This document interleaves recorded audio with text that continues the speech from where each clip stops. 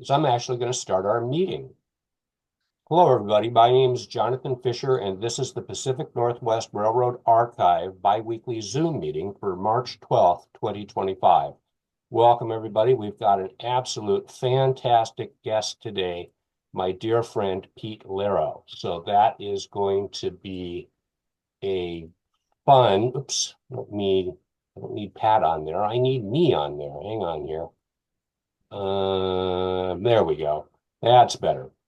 So we're gonna have Pete Lerro on the program today, and I guarantee it, you're gonna see pictures that you've never seen before, that you didn't know were even possible to create.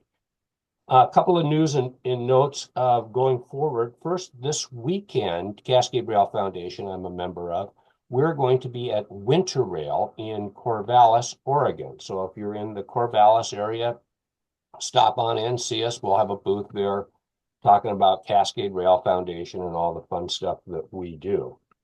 March 26th, our next program in 2 weeks, we're going to have noted artist J. Craig Thorpe on the program. Craig's always comes every year, always very popular guest. And it's not going to be like a cooking program, but it's going to be similar to a cooking program because Craig's going to show you how he creates paintings from blank canvas. So it'll be very interesting looking over the shoulder of one of the Northwest's premier painters. April 9th, one of my dear friends, a guy I met on Pete Lerro's Cumberson Toltec Charter last October, Georgie Lee, is going to be with us. And George is in the same business, unfortunately, that I am, which is preservation and operation of former railroad depots, which I can tell you literally is tons of fun.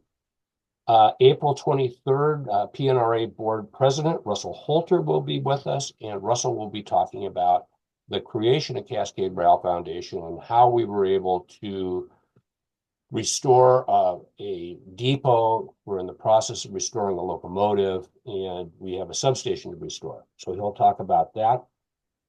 May 7th. Now, this is always a live program, but once in a while I have to make exceptions on behalf of our guests. May 7th will be Dr. Frank Shear of the Railway Mail Service in Boyce, Virginia. And they are your local RPO experts.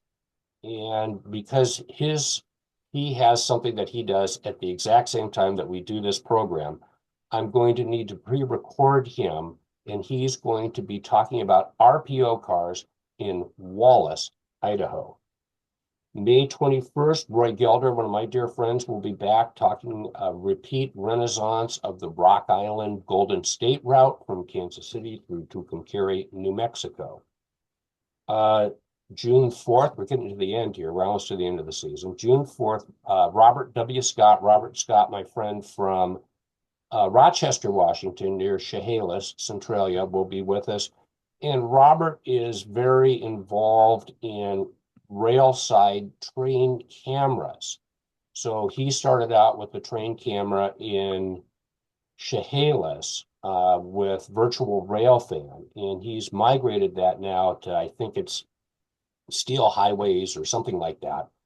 And he's also involved in the rail camera at Centennial, Washington, and recently helped with the installation of a rail camera at the museum in Ritzville, Washington. So we're going to get sort of the bird's eye view on armchair train watching for those of us that don't get out quite as much as we'd like to. June 18th, back to this cooking motif. It's another cooking episode, so to speak, and it's going to be past PNRA Board President Bob Kelly. And Bob is going to be making a presentation called How to Create or Publish a Railroad Book. So for those of you that have like, I just got the greatest story ever told, and I just need to figure out how to get this into print, this will be the program for you. Bob just recently got done printing a very successful book. I should have brought it with me to show people. It's about this thick, and it's about Argus cameras. Pete, are you familiar with Argus cameras? I have a couple of Argus C3s. There you go. So So Bob and his friends did this exhaustive book on Argus cameras, published it. It's lovely, and Bob tells me that he loses money on every copy that he sells. So there you go. Um, Two last items that I'm going to get to, a little out of sequence, but are worth mentioning, and then we're going to move on to the weather, and then we're going to move on to our program. April 5th, I will be on Vashon Island, Washington, at the Vashon Island Heritage Museum for a presentation, live presentation, stream presentation, capture presentation with Frank Zellerhoff talking about the Milwaukee Road's unique barge operation at Pier 27 on the Seattle waterfront. You know, that barge operation went to Bellingham, a bunch of different places, Port Townsend, Seattle and North Coast.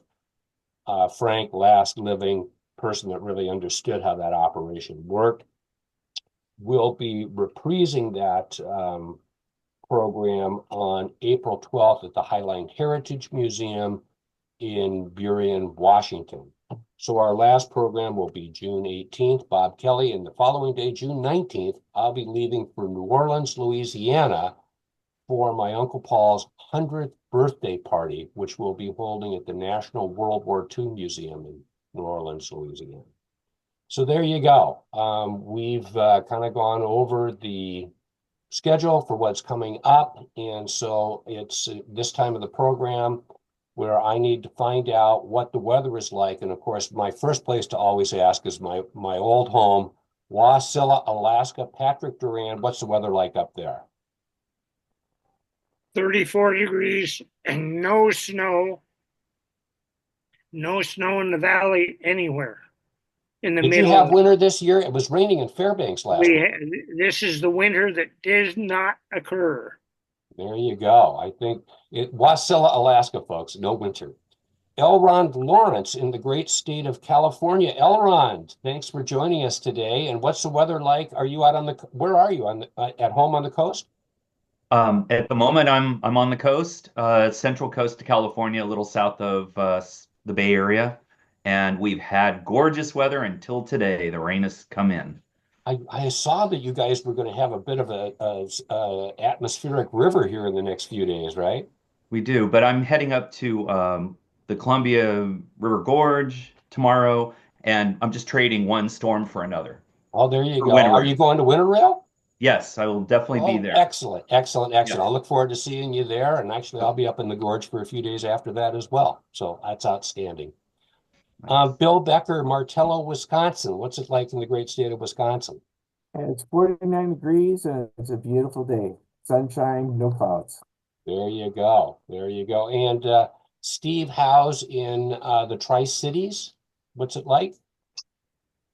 Right now it's 50 degrees and mostly cloudy.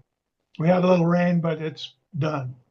Okay. And if you're new to the program today, just a quick reminder, if you're new to the program and would like to attend a future program, please drop your contact information into the chat and I'll add you to our list for future programs. We've had some great programs this year, and those are all up on YouTube, just like this program will be up on YouTube later this afternoon. If you just Google Pete Lerro YouTube, it'll pop right up. And we had some great programs. Back in January, we had Dale Sanders on the program, and we put that on YouTube. And it was on the Oroville Dam construction, Elrond. And one of the comments was from the R.J. Corman Company. So that's kind of impressive. Hilding Larson, lest I overlook you, sir, what are your weather conditions like? And remind me where you are, sir. San Luis Obispo on the coastline. Oh, Sunny out here now, but Elron's rain is supposed to be here momentarily. well, there you go. Okay, you guys in California. And Jim Trenzo in East Wenatchee, Washington. What's it like there, sir? As soon as I get him to unmute. I know. 1 minute, he says. Always good to have you on the Okay, program. there we go. Yeah.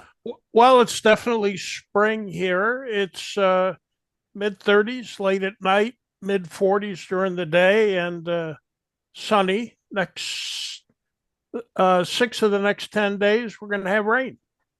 Well, there you go. And last but not least, one of my favorite people, Trent Stetz in the Rose City, Portland, Oregon. What's it like down there? What's it going to be like this weekend when Elron Oh, are up there? oh, rainy. We're supposed to have rain the next 4 or 5 days, 50 and rainy. Normal Okay. weather this time of year. Well, I mean, it is the Northwest It after is the all. Northwest.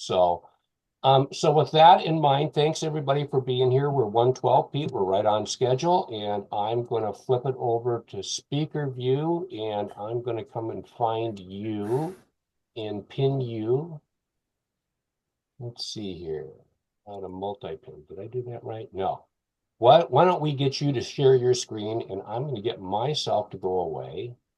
And If I talk, well, no, there I am.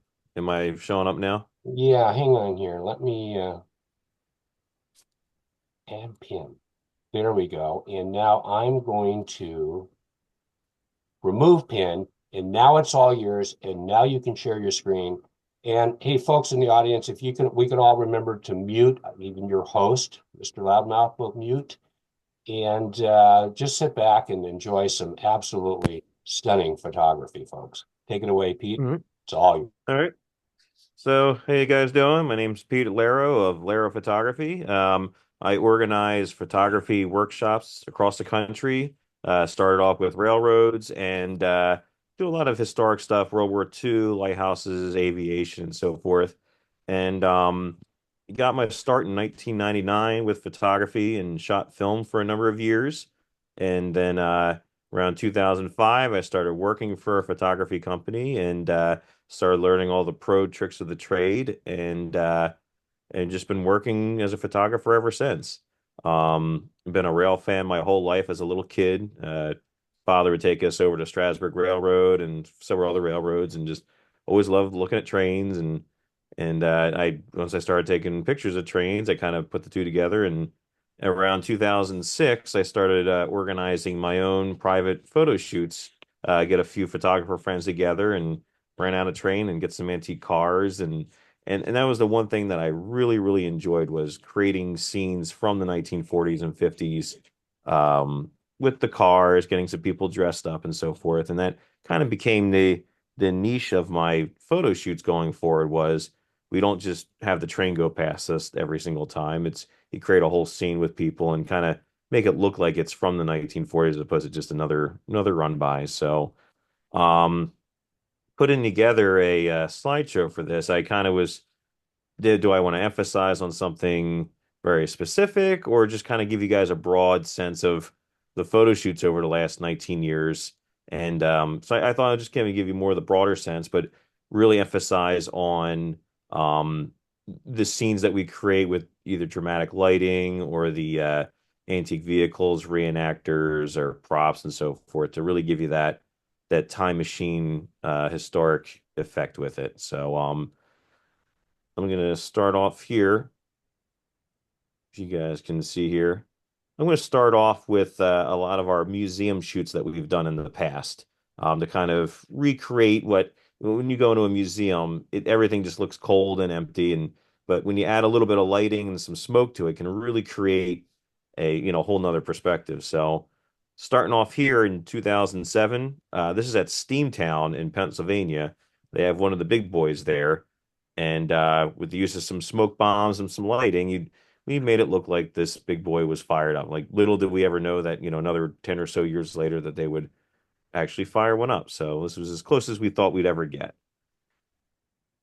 This is at the Railroad Museum in Pennsylvania, the GG1, and some reenactors pose for us. This is the 1218 in Roanoke, Virginia. Again, the 1218 in the museum shed, just adding a little bit of smoke and having somebody stand in lighting a cigar makes a big difference as opposed to just sitting there by itself.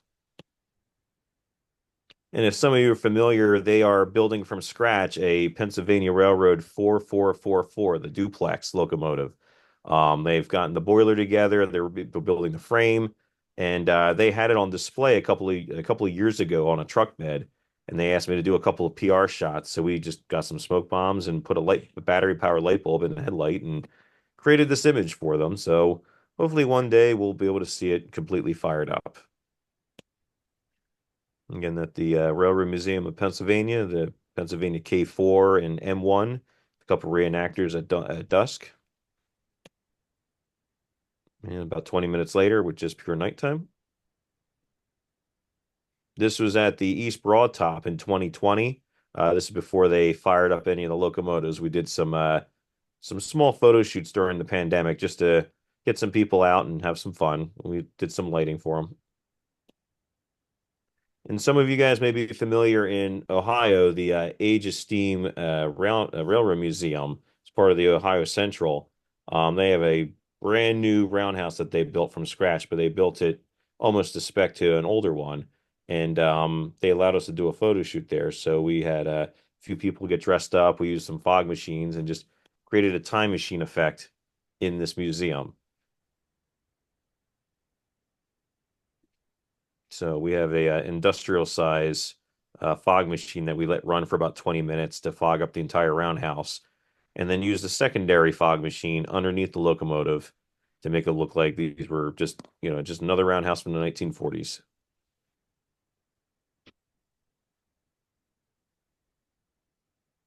And this is the part of the museum, just putting people in the pictures.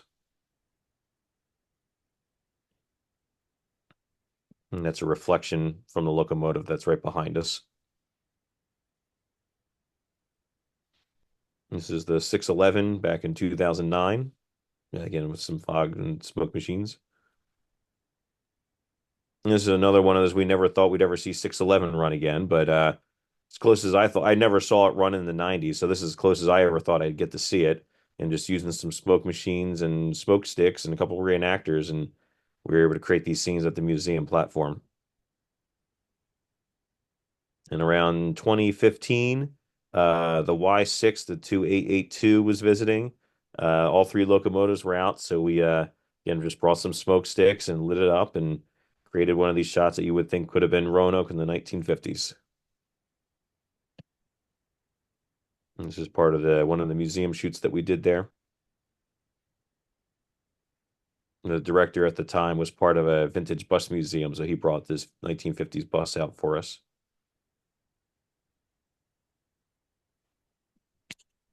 So I'm going to go to what also makes this kind of different from a lot of other people is our real big night photo sessions that we run. We use a lot of LED lighting, again, dramatic lighting and reenactors to really create scenes that you would see from the Winston Link books or any other of the 1940s and 50s books.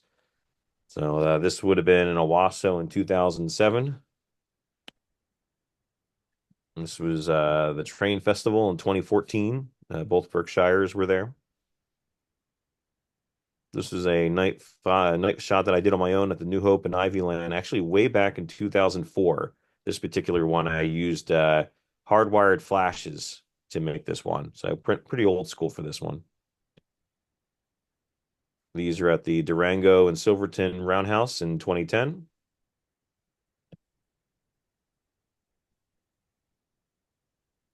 These were during the night photo session that I helped them run. I'm going to talk about a step back in time, the Durango and Silverton Roundhouse. I mean, at any given time, they'll have 3 to 5 locomotives fired up, and just being able to walk around there, their locomotives are moving around, they're working on them. And it's definitely like probably the closest you'll ever get to, the time machine, in any given day of the year.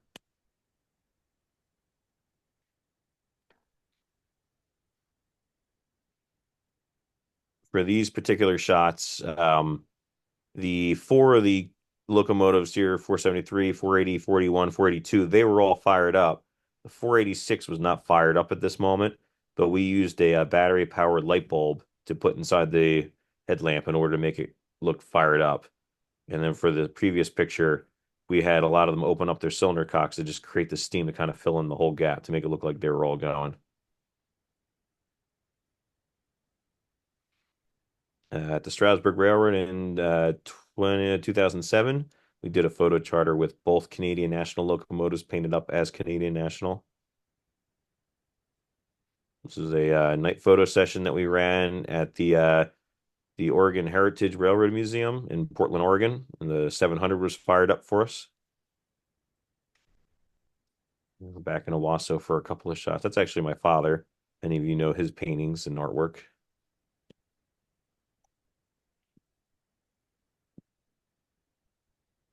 This is in the turntable dog shed.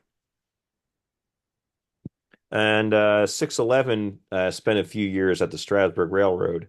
And back in 2019, they hired me to come in and help them do a real big night photo session with a lot of Winston Lake inspired scenes. And then, so this is one we did at the Strasburg station with a friend of mine with the orders hoop and a lantern. And it took a few minutes with the cylinder cocks open. He probably lost a little bit of hearing on this, but we created a pretty good scene. It looked just like 1950s that Winston Lake would have shot. And you'll see a few more reminiscent shots of his work coming up here.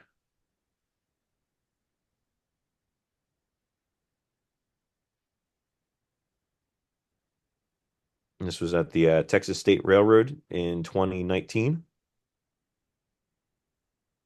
This is the Sierra Railroad in California.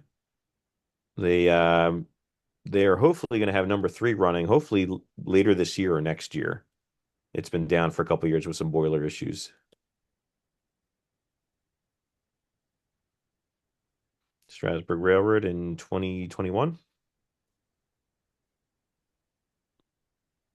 Pure Marquette 1225. This is another quick photo shoot we did with the 611 to replicate one of the pictures from Winston Link's book. And then this was in 2020 as well, before East Broadtop fired up their locomotives. We pulled out the number 17 and the 18 and used smoke sticks and our lighting to help create that these locomotives were fired up. This is the Huckleberry Railroad in Michigan in 2019.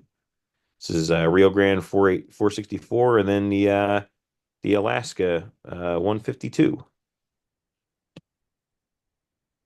This is the 2-foot gauge railroads up in Maine, the Wiscasset Railroad, WWNF. And so these are little 2-foot gauge locomotives. I helped do the lighting for their 2021, I'm sorry, their 2020 night photo session. So this is at the Nevada State Railroad Museum in Carson City, Nevada.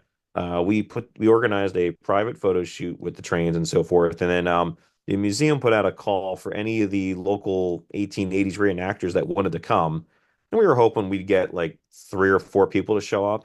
We wound up getting like 20. I'll have to find one of the other pictures. We wound up getting like 20 people show up, and we didn't want to have anyone not get used, so we put everybody in the picture that we could.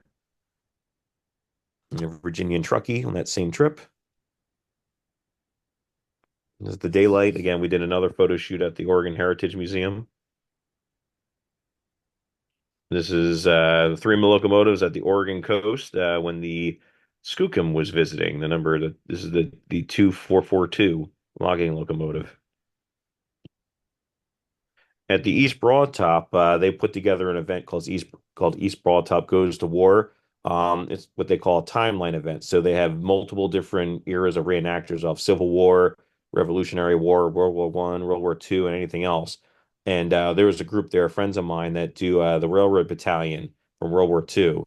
Now, of course, East Broadtop locomotives were never over and in Europe, but they wanted to recreate for the public what the crew would have looked like and what they would have been doing. And this is one of the shots I was talking about earlier. So the Winston Link photographed I believe it was an A-class locomotive 2664 locomotive at a movie theater back in the 1950s. So I had asked East Broadtop, could we recreate this scene in their gravel parking lot? And the answer was yes, but how do we do it? So a bunch of us got together and figured out how can we build a 16 by 24 foot mock-up movie screen. So we just made it out of 2x4s and bought a giant tarp and got a crane and threw it up real quick. And then we got a whole bunch of vintage cars from the area, got a projector, and we did a whole bunch of run-bys for the photographers that night. This is, again, it's kind of skipping around back and forth, unfortunately, with the East Broadtop Gallery. This is the World War II Battalion group. And here we go. Here's the another shot from the movie theater scene. we have the projector hidden in front of one of these cars, just projecting up a World War II movie that we found. And we used a whole bunch of our LED lighting and put enough light on the locomotive so that we could do a run by around 5 miles an hour. So we just backed the train up and had them pass us several times, let the photographers get in real close and get pictures of our reenactors in the cars. And this was a shot I did at the East Broad Top on my own about 2 years ago during their Christmas trains. This is the Durango and Silverton from last October. This is all three K-28 class locomotives lined up. And then this is the Santa Maria Valley 205 that's in Albany, Oregon from a photo charter we did in 2022. And another replica picture we did of Winston Links was again 611 at the Strasburg Railroad. A friend of ours had a vintage gas pump, asked if we could borrow it, so we brought it over to the railroad and put it in the best spot that we could find and got an antique vehicle and made it look like a gas pump scene from the 1950s. And that's the color version of it. We even had a vintage golf gas attendant jacket, jumpsuit, and hat to put the whole thing together.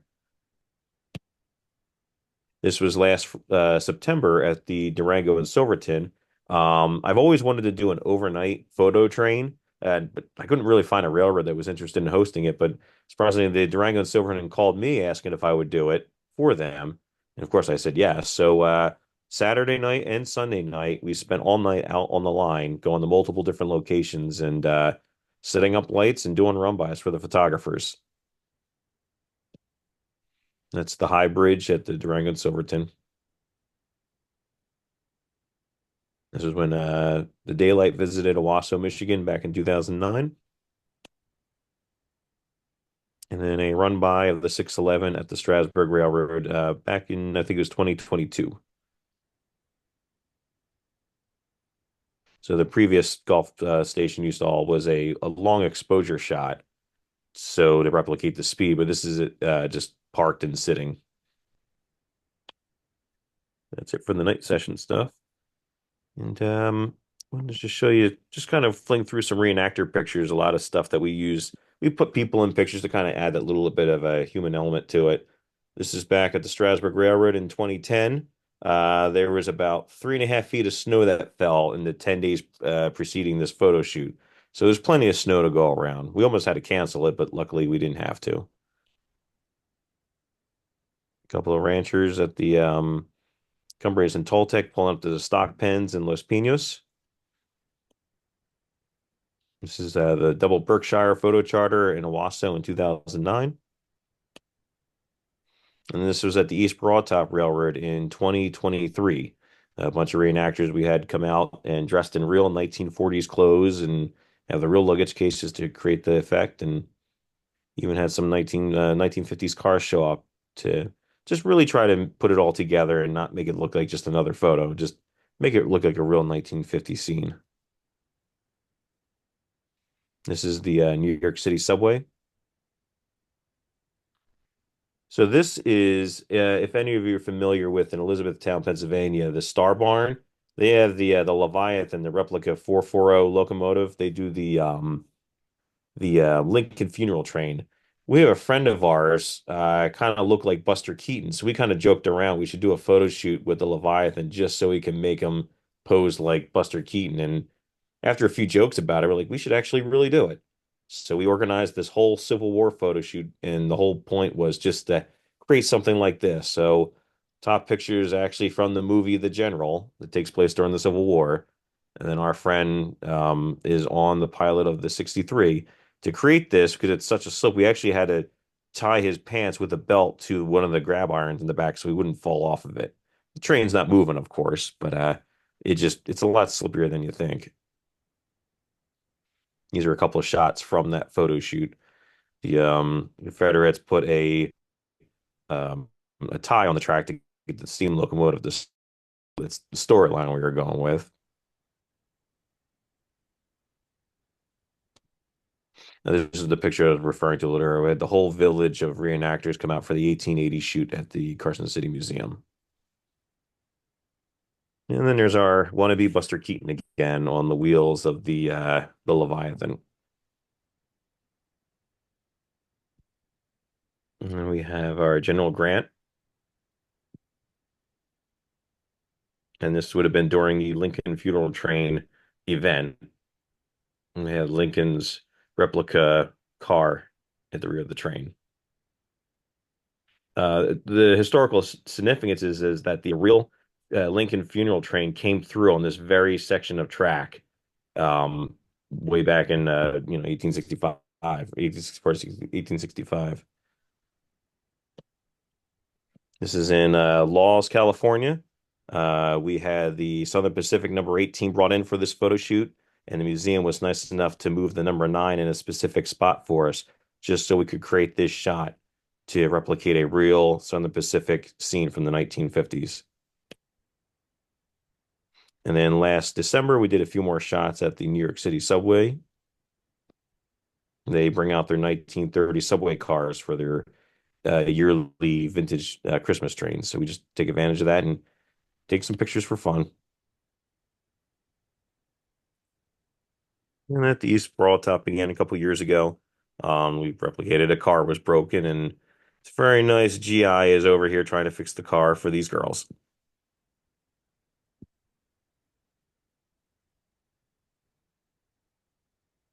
New York subway again. Apologize, they kind of mixed up here a little bit. The image numbers kind of jumped around on me here.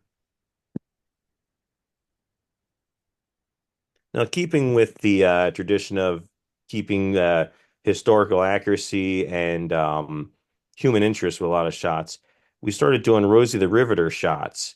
A lot of it is railroad based, but some of it also jumps over to Navy stuff and aircraft shoots. So I kind of wanted to tie some of this in there as well to kind of show you how a lot of Rosie Riveter can kind of jump over different stuff and how it all ties in together of the whole reenactor aspect. So this is from the Battleship New Jersey when it was in dry dock last year. This is a 1940s poster. We wound up replicating this at the Strasburg Railroad in their maintenance shops. This is at the Tennessee Valley Railroad Museum with both Southern Pacific 630 and the Southern 4501. This is at the Strasburg Railroad. A couple of these gals, these two right here are actually real employees of the Strasburg Railroad. She's actually an engineer, still runs the locomotives there. And a lot of our reenactor friends love doing Riveter, and we have friends that work there. So we just tied it all together and brought them in, and the railroad let us have a lot of fun. And then this is out at the Michigan Flight Museum. A couple of our gals came out and they posed with some of the motors like they were building. And this is in a real B-24 fuselage. And we're back at the Strasburg Railroad again. A lot of these outfits, they're real or true reproductions of 1940s outfits. So it's not your stereotypical, Dickies blue jumpsuit. This is what they would have really worn when working at the railroad or working at the factories.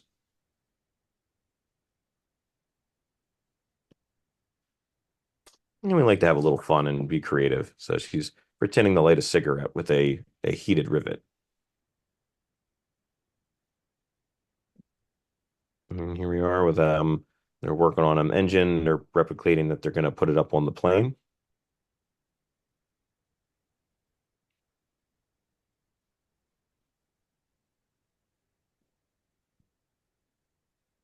Some engines here. This is in the shops of the East Broad Top. A lot of the belts still work. A lot of the machines could still work. They just don't want to use them all that often because, they're vintage and don't want to cause too much damage. But we did a photo shoot with our gals dressed as Rosie the Riveters to create any generic factory back in the 1940s. The East Broad Top did not have Rosie the Riveters in a historical capacity, so we just made it as if it was any factory out there.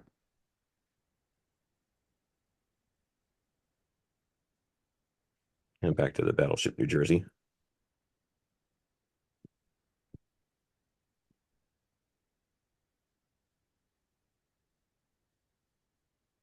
It's in Owasso. And I skipped over one gallery of the railroad stuff. So I wanted to kind of jump back to this one and just kind of go over a broad sense of the photo charters that we've done over the last 19 years. So this is the Strasburg Railroad back in 2007. We had Canadian National renumbered to the 911 and had it turned around for the photo shoot. This is in Owasso, Michigan. 765 was visiting, and we did a photo charter with it. Rio Grande, the Cumbres and Toltec. We got lucky with this shot. Pulled in the Cumbres Pass, and just the wind was blowing in the right direction. It kept all the smoke in one spot, and we only had this shot with the beams of light for about 10 seconds. So it was a real quick grab shot, and we got lucky and caught it. There's a mid-train helper out of Antonito, Colorado, heading towards Cumbres Pass. This is the double Berkshire photo charter from 2009. In 2013, the Strasburg Railroad allowed us to repaint and number their locomotive to what the Great Western number 90 would have looked like for, I think it was from 1959 to 1962, somewhere in that time frame. The Great Western had the diamond paint scheme with a real flashy white trim with the gold smoke box. It only lasted a couple years, but I proposed to the railroad they let us do this, and they were more than happy to. So it made for some really fun pictures and a unique experience. And they only had it that way for a couple of weeks, and then it went back to normal. So a lot of people enjoyed it because a few of our participants actually saw it in the early 60s in that paint scheme.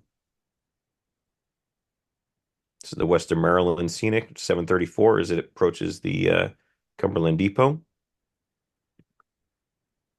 And then 734 coming in the Frostburg. Again, we have our antique vehicles to kind of help add a sense of, time as opposed to just being modern.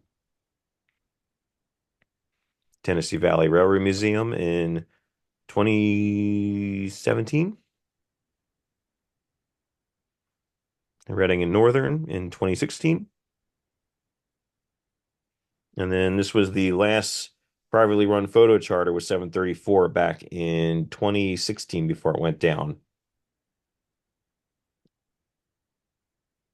And back to Tennessee Valley.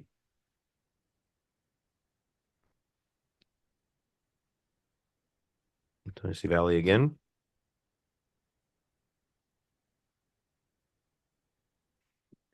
And I'm sure you West Coasters know this place. This is the Oregon Coast Scenic Railroad. And then here we're at the Sumter Valley in 2014. We did the privately sponsored photo shoot, and a lot more snow fell than we thought was going to happen. So I know the railroad went above and beyond to get the trains ready for us, which we are always going to be grateful for because we got some really, really great shots on this photo trip. I always love how their Shea engine has the antlers in the front.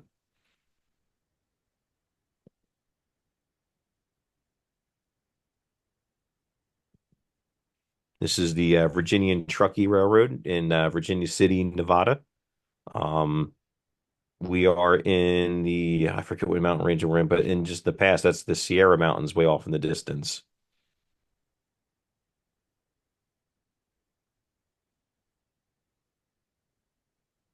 And then in 2017, we did a double header with the Grand Canyon locomotives, and they put on a hell of a show doing 35, 40 mile an hour run bys for us with a whole mashing set of Harriman passenger cars.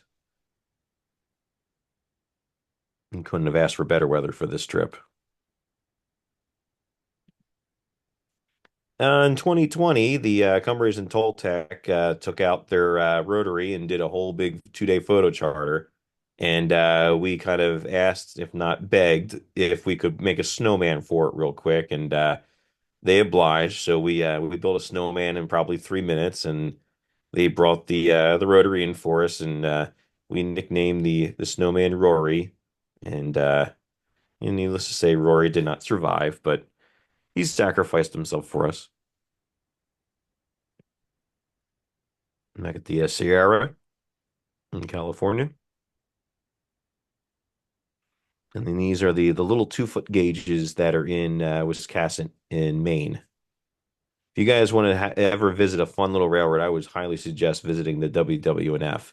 Really great volunteers are always building new stuff, and they really do a huge amount of effort to keep everything historically accurate. So everything you see is true to what it would have been way back in the 20s and 30s.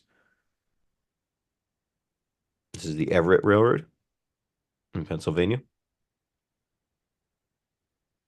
This is the Sumter Valley again in the fall of 2018.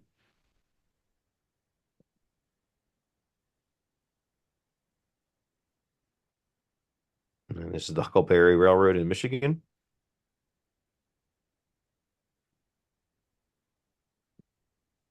And again, like, unfortunately, the image numbers are bouncing back and forth in here. This is the Sumter Valley again in Oregon. Beautiful fall color. We're back at the Alaskan locomotive that's in Michigan. And this is the Oregon Coast Scenic Railroad.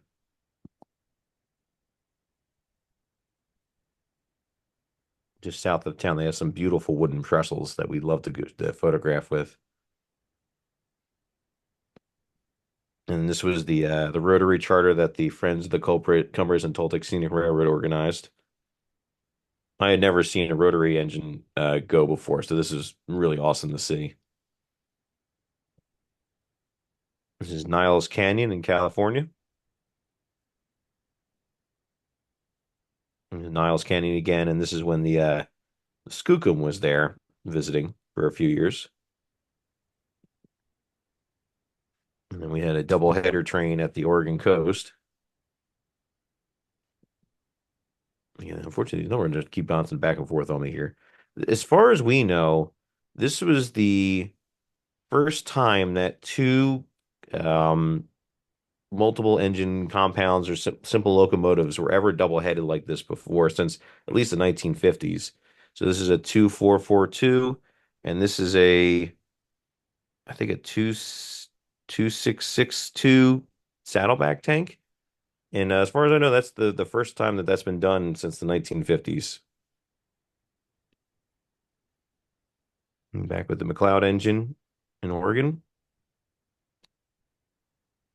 Texas State, back in 2019.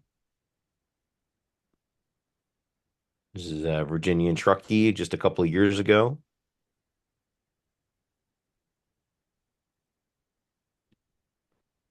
And this is back when 611 was visiting Strasbourg. Yeah, we did a couple different photo charters with it. We found 1950s pictures in which J-class locomotives were being used to pull local freight trains. So that was the prototype photo in order to make this look historically accurate. So they did pull freight towards the end of their service life.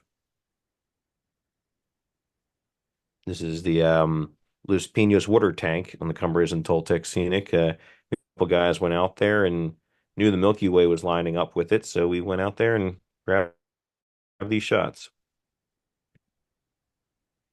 And this is at the Albany and Easter, and the railroad actually owns this road that runs through a small little community. So we spoke with all the neighbors, and they were nice enough to move all their move their modern cars out for us the day ahead of time. And we got a whole bunch of antique vehicles to pose around the road to create 1950s scenes for us. 611 at Strasbourg again.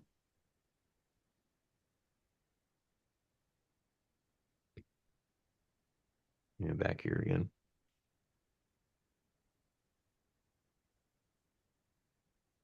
And again, this is the Albany and Eastern, Santa Maria number 5 or 205. And this was Laws, California, with the Southern Pacific 18 visiting. And then, some of you probably know, the Western Maryland Scenic Railroad purchased the Chesapeake and Ohio 1309. For regular operation, they lettered it Western Maryland to brand it, which is, totally understandable. But they allowed us to re-letter it back to Chesapeake and Ohio for a photo charter. So that's what we did, and we got some really nice pictures out of it. And back at the East Broad Top in 2023.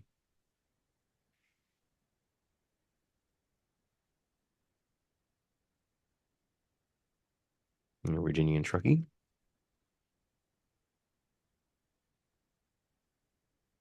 And this was at the Wilmington and Western. We had a significant snow and ice storm hit just 30 hours prior to this photo shoot, and we thought we were going to have to cancel this, but the railroad said, let's just go ahead and see what we can do. And the steam locomotive did get stuck at the station for almost 2 hours, stuck in snow and ice, but eventually we were able to break it free, and we got some really, really nice shots along the line with everything freshly covered in snow. And this was the Canadian National Photo Charter at the Strasburg Railroad. And again, Strasburg being very nice to us, we were able to use red vinyl and cover out the word Strasburg. And then a friend of mine, Steve Gilbert, he came up with all the lettering, and we converted this to a Canadian National caboose, which was about 90 to 95% the same looking caboose. So unless you knew the very specifics on what to look for, nobody would really know.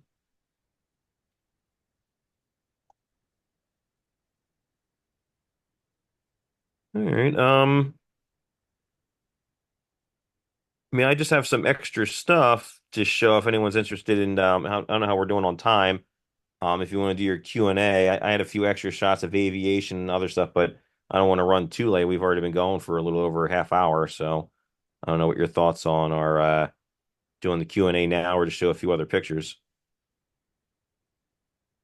I just needed to unmute myself. So I've unmuted, and we've got time, Pete. I would think that doing a few more pictures, we've got time in the budget for this. So Okay. you got some airplane pictures we could see, some World War I, World War II stuff we could see. Yeah, so as we were doing more and more of these railroad photo shoots, I was also shooting airplanes and lighthouses on my own. And a lot of the photographers were like, "Hey, man, you should organize a lighthouse shoot, or let's organize a photo shoot with some airplanes, and get reenactors and do those." So it kind of grew from just doing train photo shoots for the group to other themes. So as it the next thing we started doing were the lighthouse photo shoots. So one of the things we do is we charter out boats so we can go out and photograph lighthouses out at sea.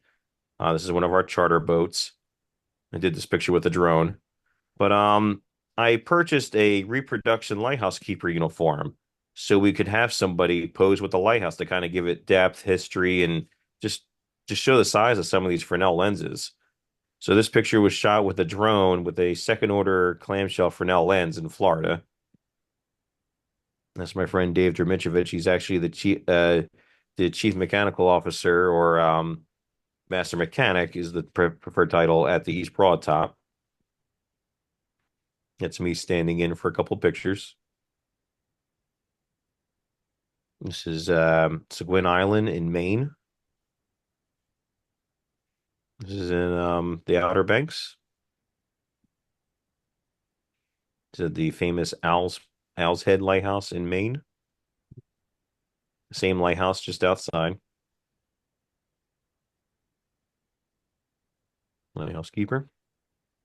This is some of the Milky Way shots that we do with the photographers. I teach them how to do night photography. This is Cape Lookout in North Carolina.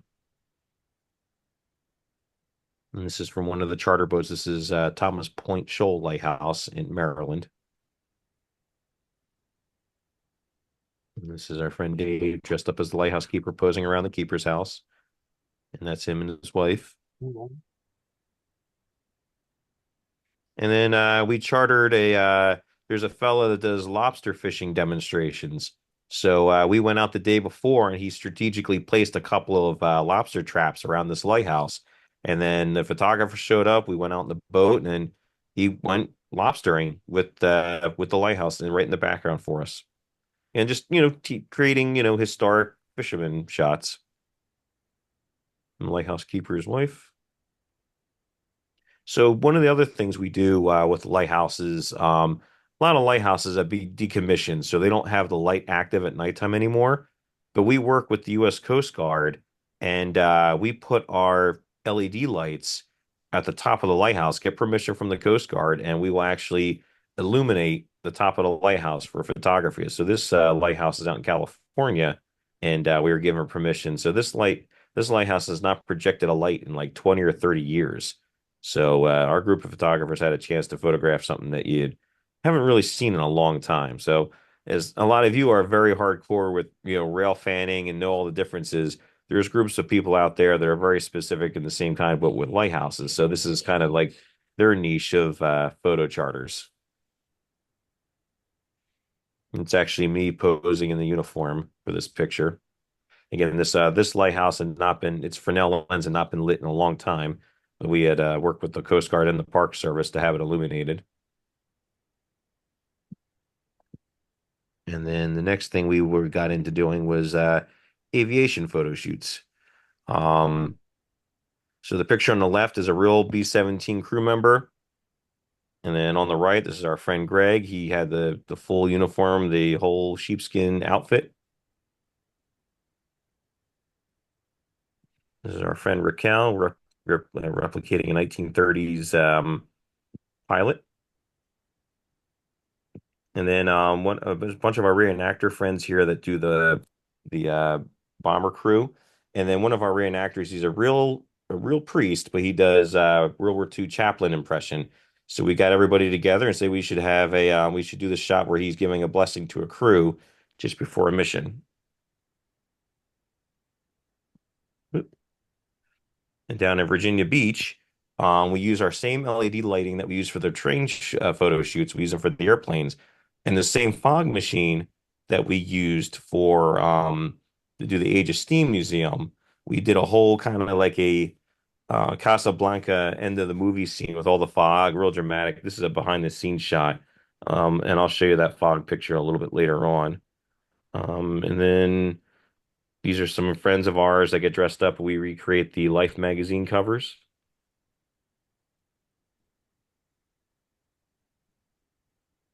Wasp impression, which would have been the women's auxiliary pilots during World War II. And we organized these reenactors to be at the end of the runway for a B-17 takeoff. And again, using the same lighting that we use for the railroads, we do night photo sessions with airplanes where we'll park them, put some water on the ground and create a reflection, and then and start the engines up for pictures.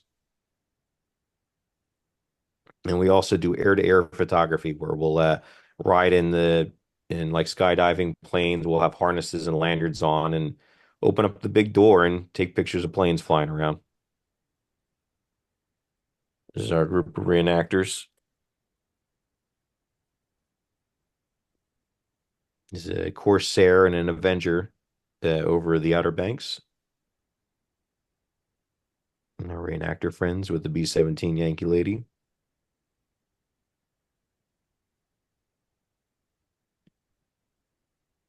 And more air-to-air. So for these pictures, these were taken in the fuselage of the B-17. And we were on the ground for these pictures. But what I did was this is the big side window. I photoshopped it out and found some real pictures of B-17s flying during World War II. So I just superimposed the combat pictures in the window to go along with the gunners, replicating that they're shooting German aircraft down.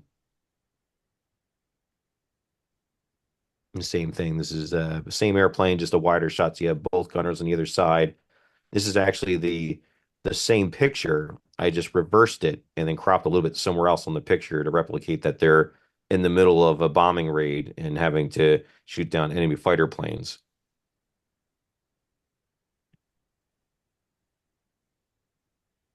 It was like 85 degrees on the ground, and these guys are wearing flight suits that were meant to be worn at negative 60 degrees. So we had to do it fairly quickly because these guys were sweating up a storm.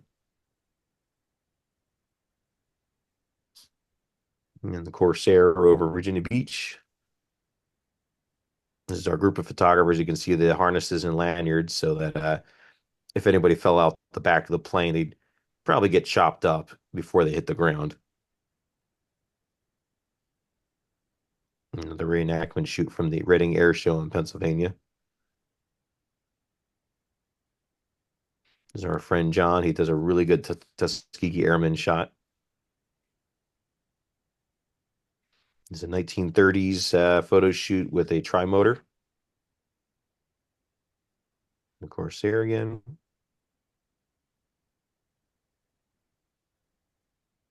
This is a German BF 109. It does a spark plug cleaning and it shoots a lot of flames out the exhaust of the plane. This is a C-53. Again, we have the fire trucks from the fire department at the airport come out and spray water all over the place for us. We have our lights turned on and they fire up the engines for us. Creates a really nice reflection. And we do the official lighting at the Thunder over Michigan Air Show. And sometimes we get vintage airplanes, sometimes we do the modern aircraft as well. So in like 40 years, we'll look back at this and consider these vintage. Last October, we did a photo shoot with the British Supermarine Spitfire and the German Bf 109 to replicate a Battle of Britain shoot.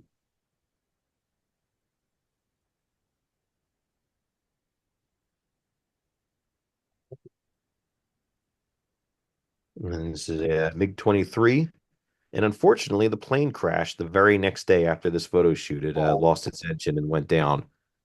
So luckily the pilots ejected before it hit. But it was sad to see it go down, but luckily no one on the ground got hurt either. Other shots from the Battle of Britain. A pair of matching Mustangs from last year at Thunder over Michigan. And this is our RAF British pilots explaining to his other pilot how he shot this other guy down. This is the replicating the air raid sirens going off, and the pilots are running to their planes to get ready to go fight. We also do some classic pinup with some of the planes. I really love this shot because he was sneaking up right behind them. You can actually see the exhaust from the Spitfire coming over and covering up part of the 109. And then a side shot.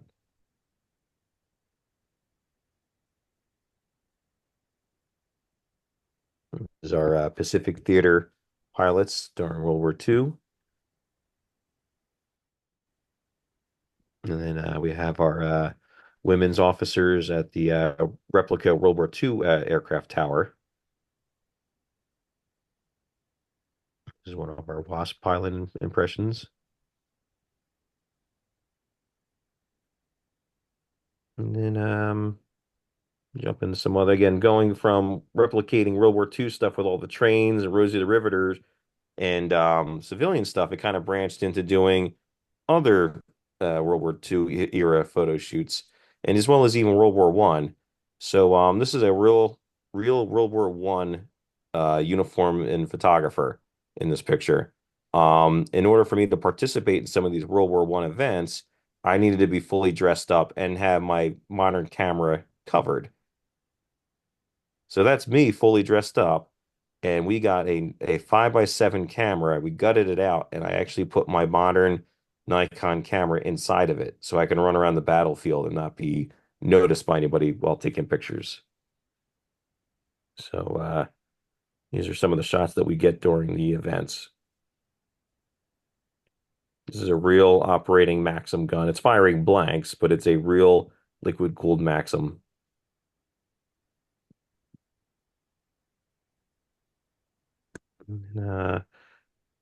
I participate in several different World War II events.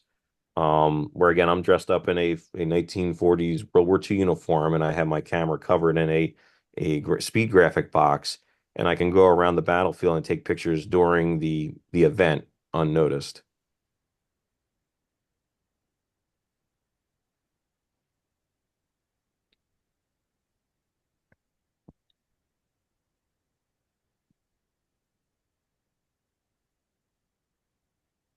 Again, this all just ties into recreating history through photography. We did a staged photo shoot on the Battleship New Jersey here in New Jersey, right across the river from Philadelphia. So a bunch of our railroad reenactors, and actually some of these guys actually work at the Strasburg Railroad. They all got dressed up in Navy outfits, and we got all the props together, and they let us take over the ship for the afternoon and get some really nice pictures. Where's the other battleship shoots here? They let us actually operate the gun and turn it. We didn't fire it, of course, but we're loading in all these 40 millimeter Boffer bullets, and they let us climb up on top of the first turret to do our pictures. And some more vintage picture portrait stuff that we've done to go along with the, again, the 1940 theme.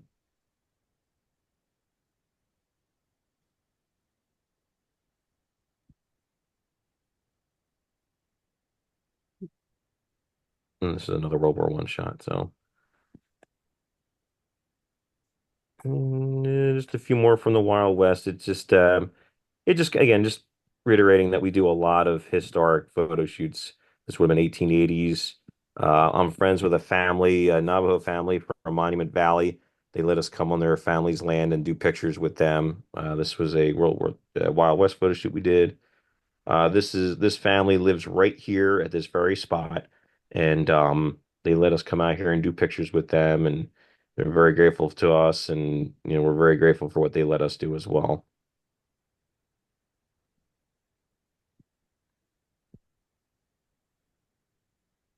And this is Old Bedford Village in Pennsylvania. We do the Wild West shoots.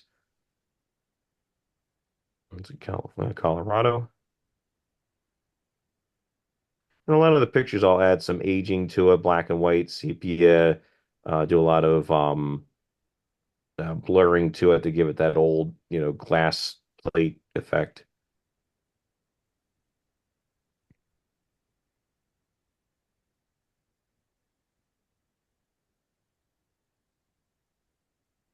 These two next two pictures is actually at the Cass Scenic Railroad. We did this during the actual railroad photo shoot. They had a couple of log cabins up there, and some of the guys got dressed up and just posed like they were just loggermen working on the railroad. And then these are back at the Carson City Railroad Museum. These are all the reenactors that we were using for the train photo shoot. And we're like, oh, let's just get some pictures of them by themselves. So we just backlit them, and a lot of cigar smoke later. And then back at Monument Valley. So that pretty much goes for what I wanted to show, just all the different, historical reenactment photo shoots that we do. And let's see here. I'm going to come back on live. Let's see if I can get my video to work. Well, hang on here. There, we've got some video. So I think it's pretty clear that why I wanted Pete Lerro to be on the program, because I don't know about the rest of you, but I've been absolutely engrossed for the last hour with this photography. It's just outstanding, and the creativity, Pete, is just, it's amazing. So I've got a couple of technical pictures for you, and I heard this when I was up at Cumbres, and a couple of the guys that go on the photo or the plane shoots were talking about how you need to have the shutter speed at a certain speed so that that propeller looks like a blur and doesn't start creating shadows. What do you do there? So it's called prop blur. It's as fast as the thing is spinning. So there's a little bit of a science to it. Okay. Small Just a planes little have bit, just folks. two props, one on either end. Some have three, some have four, some have five. The more props you have, the faster your shutter speed you can have until you start seeing gaps in between the blades. Most guys like to have the entire disc full, of propeller. If you have four propeller blades, you can usually get to 80th or 100th of a second to get that effect. If you have three, it's definitely got to be 60 or 80th of a second to get that full propeller. Because of our speed that we're flying in our plane, the World War II planes can't be cranked all the way up. They're actually running on the lower end of their RPMs. So So they're they going can slow because you're in front of them and they can go faster than you. Yeah, the plane we're riding in is like an older cargo plane that only goes like 180 miles an hour, whereas they're built to go 350 to 400 miles an hour. So we're maxing our plane out while they're not stalling, but they're running pretty slow. They're running So pretty the slow. propellers are not spinning as fast as we would prefer, but in order to get the full disc rotation or even have just little tiny gaps, you got to be shooting fairly slow. So the name of the game is you just burst a ton of pictures because we're moving around and they're moving around. So you're kind of constantly trying to get at an 80th of a second, everyone's moving around. You got to shoot a lot of pictures to Get a couple get of them that a turn sharp out airplane. square. Yeah, because otherwise you're going to Yeah, get slurred so or jostled or whatever. Yeah. yeah. So Okay. now if we were going, 300 miles an hour and they could crank their RPMs up a lot more, it'd be a different story. But we got to work with what we got. And so I'll shoot 80th of a second, then I'll go 100th, then I'll go up to 120th. I don't mind there being a small gap because it's going to be unison all throughout. So, but I'd rather have sharp pictures with a little bit of gap in the propellers than have all blurry pictures but Blurry have a full pictures. disc. Right. So, yeah, but you got to be. It's when that back door opens up and those airplanes show up. There's a lot of adrenaline going on, and you're not focused on anything. But I got to get these pictures, so you're not actually stopping and looking. Am I actually sharp or am I moving around? You're just shoot, shoot, shoot, shoot, shoot. So you have to actually take a deep breath and just make sure you're getting your shots because you can easily get tunnel vision, being overwhelmed by the whole sensation of like, hey, if I move forward 2 feet, I go off this airplane, or yeah, I mean, we're all lanyarded in and it's harnessed. I mean, just it wouldn't happen, but your brain is saying, "Hey, you're in danger." So, And then it um, seemed like to me that you get up in the air before dawn so that when the yeah, sun comes up, the planes are all in the air because you've only got this finite window to be able to capture this opportunity, right? yeah, yeah. So we're on very, very tight constraints on timing because the cost of airplanes is so high. So Well, we may there's only that. have Well, yeah, so our plane that we're riding it will have about 90 minutes of flight time, but the World War II planes we only have for about an hour. So that's when takeoff to landing. So we only have about 50 minutes of actual shooting time. So ahead of time, we'll have our briefing with the pilots where we'll say, all right, we're going to meet at this specific time at this elevation here because let's say sunset is 6 a.m. But at 7,000 feet, sunset's really like 5:53 a.m. because you're up higher. Right. So, but we want to be in position just as the sun hits the horizon. So we got to say, all right, we're going to meet here at 4:45. So we have to take off. They have to take off at a different airport, and we all have to rendezvous at this one spot at a certain elevation at a certain time in order to be lined up for sunrise. And it has to be we have to be here, and then we have to be heading in a bearing of 270 degrees at 4:53 in order to have us in the right direction, the airplane in the right spot, and the sun just over the top of them. So there's a lot of math and a lot of pre-planning, and we always prefer to meet up a couple minutes early and just kind of orbit around in a circle. So the moment that sun hits the horizon, all right, everybody turn. And I have a headset on that says, our plane turn left 1 degree just to get the sun over a little bit. And then we'll radio to one or two of the planes behind us, Spitfire up 20 feet over 5 feet to your left. So it's a whole dance up there of getting these planes together. And then of course the whole safety factor of, hey, don't get too close or you're in our prop wash, you're getting bounced around. So Oh, it's a lot. And I have if you ever watch football, quarterbacks have like that arm sleeve with all their plays. You know what I'm talking about? yeah, So I yeah, have yeah. one of those and it has every shot down to the minute. At 5:53, we have Spitfire with sun behind it at this bearing.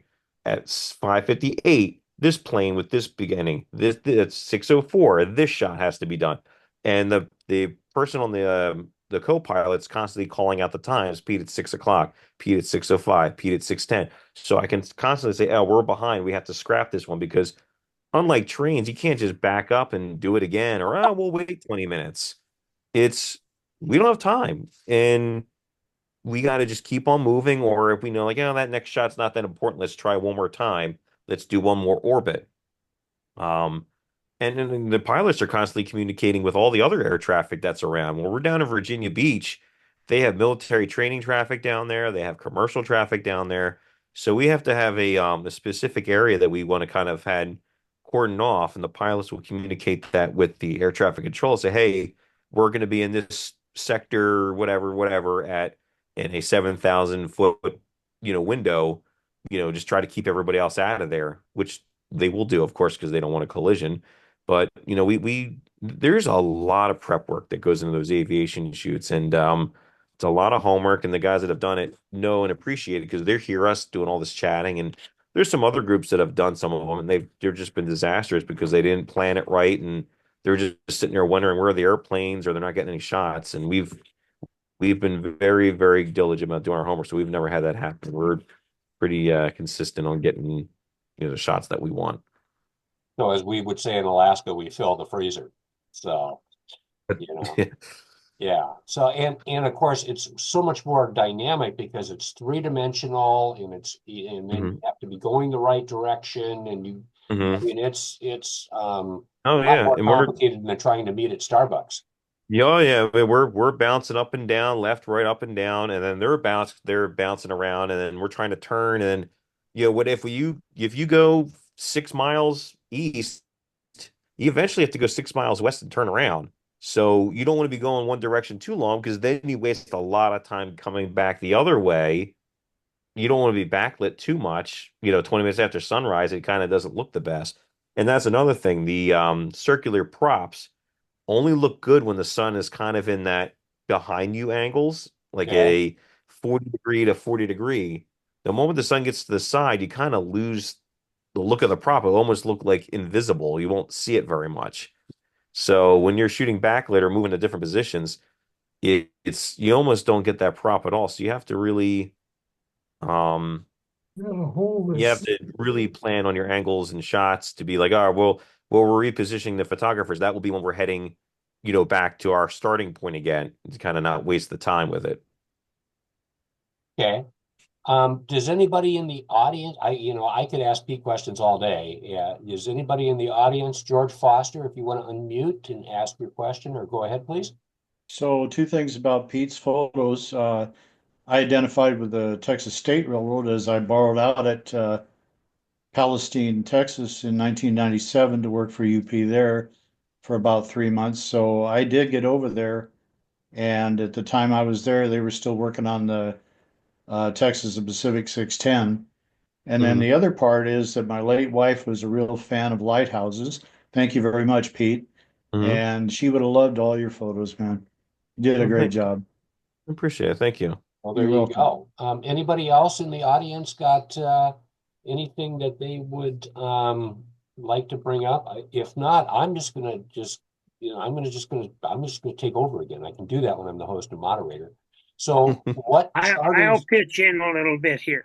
Oh, well, you go right ahead, Patrick Duran, Okay. 557 Wasilla, Alaska. Go ahead. That human element and the vehicles and the staging, all of that is what brings these old elements to life for current people. Mhm. And a beautiful job. Thank you. I appreciate it. Well, we could do that, Pete. We'll get some dog sleds when we have the 557. Yeah, well, that would be the plan. And it's funny you say that. We were supposed to have a horse-drawn sled for our winter Wiscasset photo shoot in Maine, but unfortunately, it was the one year we went, and it was too mild for the sleds to come out, so we never got our horse sled. But we would love to do a dog sled, Yeah. if they're willing to let us do it. Well, and I'll make sure I introduce you two guys. Pete, I'll send you an email with Pat Duran's contact information. Pat's in charge of the restoration of the 557. That'd be That perfect. Yeah. way we can you arrange a visit, and I mean, It's all about me, you guys. I want a picture of this 557, or I want Pete to run the charter. So, I gotta be honest about this stuff. It Um, worked out perfectly. We're literally flying to Anchorage, so why not go on over and check it out? yeah, Wasilla is about an hour north, and they're just right off the Parks Highway, aren't you, Pat? Yeah, right That's off the correct. Parks, Right off the Parks and the Palmer Whistle Highway, right at the intersection. right there. Yeah, beautiful downtown Wasilla, garden spot. Mhm. Um, Other comments from, so like I say, I'm in charge here, so I can do this. I want to know about what your next charters are. Could you tell the audience what some of the next projects you're going to be working on? So in just a few weeks, first weekend in May, we're going to be in Los Angeles area, California. Friday the 2nd, we're going to be doing a photo shoot at the Southern California Railroad Museum in Paris, California. We'll be doing a photo shoot with all the trolleys, the 1940s and 50s Southern, was it Pacific? Oh, what the hell is it Pacific called? Electric, I want to say. Yeah, Pacific Electric, and then the Los Angeles Railway. We'll be doing multiple different shots with them. And then on Saturday the 3rd, we'll be doing a yard photo shoot with the Santa Fe 3751, the big 484 they got there. So we'll be doing Rosie the Riveter shots, crew member shots. They're going to let us do a couple of vintage pinup shots as well. So Oh, pretty ladies in trains, you can't complain. no, So, that's a no, combination that works. oh yeah. Yeah. So we have that. There's still spots open for that. And then a bunch of aviation shoots during the summer. September, we're doing a trolley photo shoot in Pennsylvania. Oh, Red Arrow cars, Pittsburgh cars, and then we go to Alaska, do the White White Pass Pass. and We got Yukon. 5 days. Yeah, We yeah. got 5 days. You're coming to that, right? Oh yeah, yeah. I got my reservations all made. That's not a trip for the faint of budget, let me just say.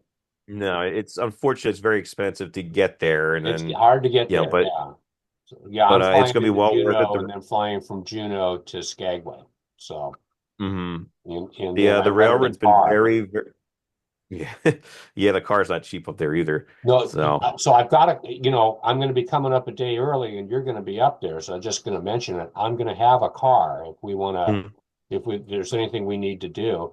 I don't even want But to tell people how much I paid for one day of a rental car. yeah, I know. I'm actually traveling with Ron Burkhart to get up there. Oh, are you? Yeah, yeah. So Ron will be coming with me to visit the Alaska engine. So Oh, we're flying and hopefully visit, and then make our way over to Skagway. But yeah, the White Pass Railroad's been very, very accommodating, very friendly with us, and I think we're gonna put on one hell of a great show. And then in November, we're going to be doing some photo shoots in New Jersey. We're going to do the the Belvedere and Delaware River. They have the Susquehanna 142. It's the Chinese SY engine that came over in the Oh, 1980s that they hmm. Americanized. We'll do a day with that. And then we're going to go down to Woodstown, New Jersey. They have the old Virginia, oh, what the hell is it? Virginia something something. It's an 060 locomotive that they have now. And they just got it running this year, so it's going to be something new to see, and do a whole bunch of 1940 scenes with cars and such with that as well. So, Well, we're getting towards the bottom of the hour, so I think we mm, probably need to start wrapping up today's mm, program. This will be on YouTube later this afternoon. Pete, I'll drop you a note when that's up, don't and forget it. you can share that with all your friends. And the only other thing, Pat Duran, do you want to take your camera quick and show us a little bit of the 557 before we leave? Pat's Are me. you kidding? Let me unlock here. Okay, so Pat's going to do that. I'm going to keep talking while Pat's getting ready. Okay. Pete, you had a good time, I hope. All right, I had a really good time. I appreciate Right. letting me show the pictures. I wish the image numbers didn't make you bounce around. I had it saved in a specific order, but apparently it reverted back to alphabetical order. It's That's why there's sorts. some bounce Yeah, around. yeah. Yeah, I had it all together, but yeah, I started bouncing around between 611 and White Pad. And I was like, this is a little embarrassing, but it was organized before we started this, but alphabetical order caught me. So then the one thing that your host and moderator is going to shamelessly do in public in front of everybody is beg you to come back next year and do another program of some of the cool stuff that you've been doing since from now until then. How about that? Well, we'll have plenty more aviation and train shoots to talk about. There you go. That's outstanding. So Pat Duran's going to give us a tour. Pete, you're welcome to hang around. And, Okay. Pat, why don't you show us what you've got? Thanks for everybody Okay. being here, by the way. I see some people are leaving, and we'll see everybody again in 2 And you, weeks for J-Fred Clark. as long as I keep talking, I guess I got video. I guess I'm Yep. not gonna Okay. get anything There to is say my- here. Do you have anything to say? They can hear you. Reports Do you thereof. have something to say? Hi, Jack. I can hear you, Jack Christensen. So, Yeah, could you hear me? yes, I can hear you, Jack. Loud and clear. Okay, How but are you? oh, my daughter Mary's been helping me, having a devil's old time participating. I finally got into it 15 minutes after the hour. She wasn't there to help me, but I did manage to take in the whole work. So I don't think I missed too much. Well, every minute you missed. Finally blundered into it 15 minutes after the hour. For those of you that don't know, Jack is an engineer friend of mine that started on the Northern Pacific Railroad in what year, Jack? 1944? Yeah, 57 years and 8 days. Yeah, so you could do a recreation and use I'll Jack. come and ring the bell. Little time out for World War II and college, leave of absence to try a government job. But from 27th of June 1942 to 9th of July 1999. Jack, how old are you? Huh? How old are you? Well, next June 16th, I'm going to start year 100. My God, you're 2 days different than my uncle. He's going to be turning 100 on June 18th. Unbelievable. And I'm having a devil's own time just keeping on. I'm getting a lot of help here, thank goodness. But I broke my hip, the right side, in November. And it's going to take at least 6 more months to get halfway back to normal. But we're taking it one day at a time. I've got one more article coming up for the Main Streeter, I hope. Okay. So anyways, but I'm glad that I can finally participate in this. I was having a hell of a time. I just blundered into it at 1:15, so I don't think I missed too much. Well, I'm glad that you're here, Jack. Jack, I'd like to let Pat Duran show us the 557 quick before we end today's program. Pat, show us what you've got quick. I don't know if you've got any audio. You've got audio. Can you see the tender? Yep, we can see the tender. Okay. There's the marker lights and headlight. Terry was just ringing the bell. I don't know if that overran the audio or not. Give it a whack and see what it sounds like. Let's give it a whack, Terry, and see what it sounds like if you can. He's got to put in a taper pin here before he rings it. Okay.